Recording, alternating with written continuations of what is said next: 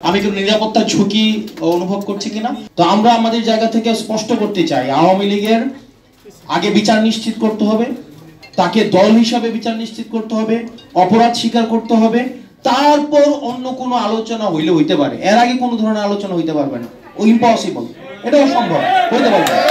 আমরা বলেছি যে 5ই অগাস্টের পরে আওয়ামী লীগের নাম পুনরাবৃত্তি করছি।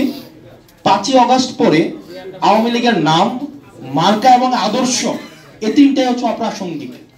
এখন এটাকে যদি বিদেশি ষড়যন্ত্র অথবা দেশীয় কোনো ষড়যন্ত্র বা এজেন্সি থেকে কোনো ধরনের এখানে অপচেষ্টা চালানো হয়, সেক্ষেত্রে আমরা সাধারণ মানুষের কাছে কমিটেড, আমরা ছাত্র নাগরিকের কাছে কমিটেড। আমরা নির্যাতিত, নিপীড়িত, বঞ্চিত, গুম, খুন, হত্যা শিকার যারা গত দীর্ঘ 1.5 দশকের বেশি সময় ধরে হয়েছে, রাজনৈতিকভাবে নির্যাতিত যেই ক্রিয়াশীল রাজনৈতিক দলগুলো হয়েছে, আমরা তাদের কাছে কমিটেড।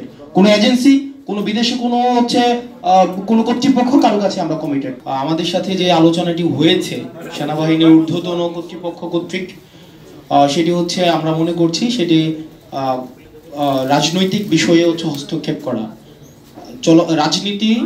রাজনীতিবিদরাই নির্ধারণ করবে রাজনীতির ঘটনা প্রবাহ বা চলমান যা কিছুই পরবর্তী রাজনীতি কোন দিকে যাবে, সেটি রাজনীতিবিদদের হাতেই থাকা উচিত।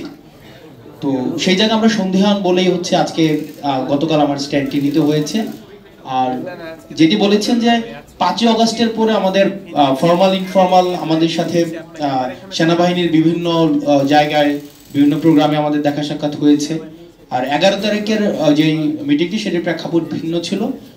সেখানে অপর প্রান্তে ঊর্ধ্বতন কর্তৃপক্ষ উপস্থিত ছিলেন এবং সেখানে আমার স্ট্যাটাসে আমি ডিসক্লোজ করেছি যে ঘটনার প্রবাহ, আমি আমার স্ট্যাটাসেই হচ্ছে আমি ডিসক্লোজ করেছি যে ওখানে সবকিছুই হচ্ছে উপস্থাপন করা হয়েছে। আপনারা জানেন যে বর্তমানে ম্যাজিস্ট্রেসি পাওয়ার দেওয়া হয়েছে সেনাবাহিনীকে।